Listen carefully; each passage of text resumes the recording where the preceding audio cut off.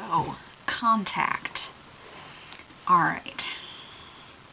Finally watching a movie off of my little list of movies, except I've seen this one before, so I guess it's not that impressive. So I saw Contact in high school, because I took astronomy, and for some reason we watched Contact, like, I don't know. I don't know why we did it. And it must have taken us it must have taken us forever, because this movie is 2.5 hours long. And I know we watched the whole thing, but okay, so I came into this viewing knowing some stuff about it. I definitely remembered that they build this machine, and then Jodie Foster, like, goes through a wormhole and meets her dad in space. This is a lovely movie.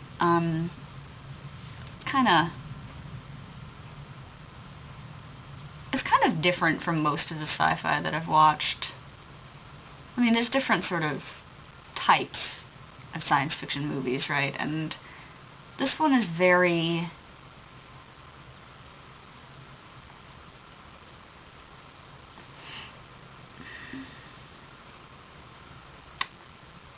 I don't know what I'm saying. It's lovely, is what it is. But it's interesting because it brings up the concepts of science and faith, science versus religion. There's a lot of that because Ellie is clearly an atheist, or at least agnostic. I guess she never really says. And then there's Matthew McConaughey's character. I spent this whole movie being like, this actor is familiar. And then I was watching the credits at the end, and I was like, oh, it's Matthew McConaughey. Fucking of course. Right. But anyway, his character, the almost priest character, you know, obviously in the two of them having discussions about... And I like how they have that Occam's razor discussion, and then how that is called back to when she's at the hearing. You know, that this whole experience becomes almost something that she has to ask other people to take on faith, because there's no proof, even though there actually is proof, but she doesn't know that there is. Right? She doesn't know about the 18 hours of static that were recorded. And I was expecting the movie to end with them actually revealing that or something, because I forgot how the movie ended, but no, that's not how it ends. She's just kind of back to working at the VLA and watching the, you know, sunset over... That can't be... I keep thinking it's the Grand Canyon, but, like, the VLA is in... I'm pretty sure is in New Mexico, so what is the truth? But anyway, over some canyon, and then it ends on a star field, and this is for Carl, and I was like, oh god, don't do this to me. I've never actually read anything by Carl Sagan, which is terrible. I've also never watched Cosmos. I don't know who am I? Why haven't I done these things? Like, these are things that appeal to me so much. I'm pretty sure I could read any of his books and just spend the entire time crying. Like, this is my thing to the extreme. I love this kind of... I love astronomy. I love big picture shit and looking at, like, the universe and the whole of the earth and, like, the whole of existence and reality and creation and whatever. Which I think is what a lot of his stuff is, and that philosophical feeling to it as well. I was actually looking through the Wikipedia article on Carl Sagan when I finished the movie, just because I was actually curious, because he's one of the co-producers of this movie, but it came out, so I was like, wait, hang on, but for Carl, so he must be dead. So he died in 96, the movie came out in 97. I'm assuming, though, that he was somewhat involved in the making of this movie before he died, because he did die in December of 96, so... But yeah, I mean, obviously the movie is based off a book by Carl Sagan, which I should probably read someday. But so I noticed something. I was looking at some of my older videos for this project, and I realized that I never actually explained what the movies are about, which is probably not very helpful if you haven't seen them. So, basic summary, Contact is a movie about a woman who is an astronomer who works for SETI, which is the search for extraterrestrial intelligences. It's an actual thing, it's an actual organization that exists, and they use radio telescopes to listen for signals from outer space, and through that have discovered things like pulsars and, no aliens, because probably would have heard about that. But in the movie, they get a signal from the direction of Vega, and this results in this whole media thing, and when they finally figure out that the signal includes a lot of, blueprints for a machine, and then they build it, and then it sends Ellie, Jodie Foster's character, on a journey through a wormhole, and where she sees all these amazing things, and then she ends up on sort of a version of a beach that she had imagined as a child.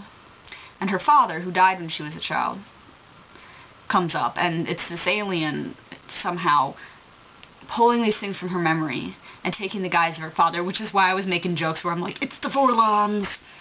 But, about how, this system of, but anyway, so the alien is like, this is the first step to kind of contacting other races and out there in the universe. And then it sends her back, but from the perspective of the people on Earth, she basically just, her like little pod in the machine just kind of fell to the center and landed in the net at the bottom, and that's all that they saw, and there's no proof that this even happened. And so at the end of the movie, she's trying to convince people, that what she's saying is true, even though the recording devices didn't work. All they recorded was static. The thing that she doesn't know, though, and the thing that only a couple of people know, is that it did record static, but it recorded 18 hours of static. So it's like, that's proof, but it's being hidden. So I think it's interesting that this whole story centers around this one woman, and how this whole thing is, this personal quest for her, and that even at the end, even she has to admit it could have been a hallucination, it could have been something that didn't happen, and yet she can't just go, okay, it didn't happen, because she remembers it, she experienced it, and that it's almost like it was all for her, because nobody else had that experience, no one else, only a few people are going to believe what happened. It's like it has to become this new faith, because, well, McConaughey's character tells her that he believes her, and so I think there's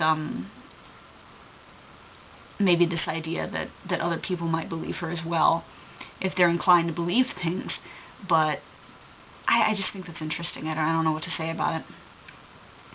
I will say, if I have any criticism of this movie, which it could be from the book, I don't know.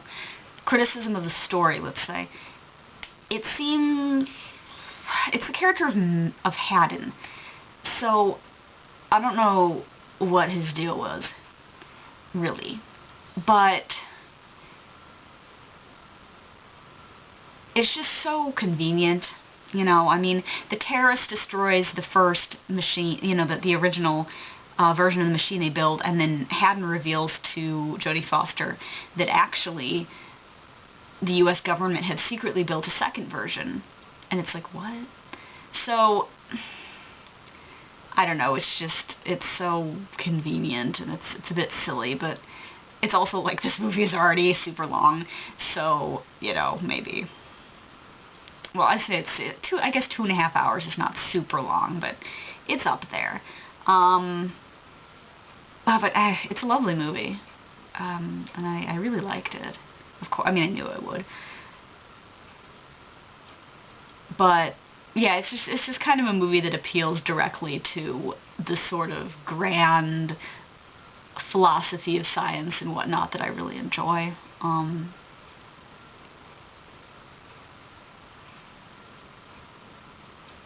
Yeah. I guess that's what I have to say about it. It's the kind of thing I really enjoy.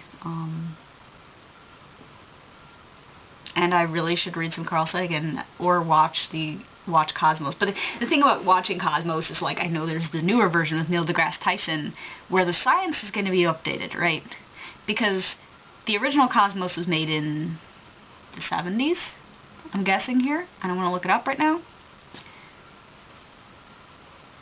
But anyway, I know that there are inaccuracies in it.